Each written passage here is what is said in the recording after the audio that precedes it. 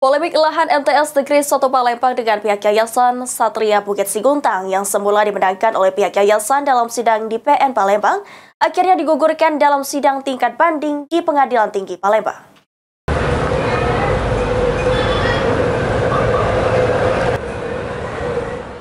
Sempat dimenangkan dalam sidang di PN Palembang, namun dalam sidang tingkat banding pada 7 November, pihak Yayasan Satria Bukit Siguntang yang bersengketa lahan dengan pihak Sekolah MTS Negeri 1 Palembang harus gagal. Pasalnya dalam sidang banding di Pengadilan Tinggi Palembang, gugatan kemenangan pihak Yayasan Satria Bukit Siguntang 3 September lalu digugurkan oleh Hakim Pengadilan Tinggi Palembang. Sehingga dengan hasil tersebut maka dipastikan jika lahan yang bersengketa ialah milik negara, dalam hal ini Kementerian Agama Republik Indonesia berdasarkan sertifikat. Selanjutnya pihak MTS akan menunggu langkah dari pihak yayasan nantinya.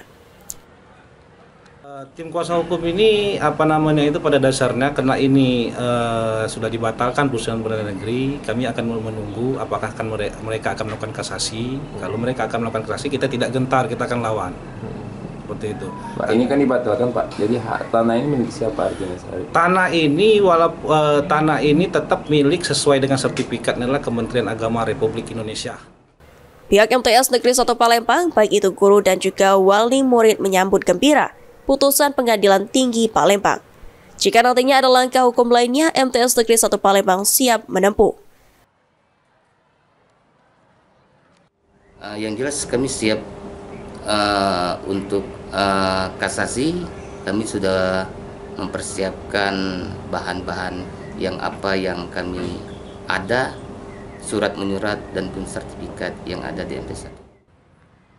Sementara itu, pihak Yayasan Satria Bukit Siguntang menganggap jika putusan Pengadilan Tinggi Palembang cukup janggal, sehingga mereka akan menempuh langkah kasasi.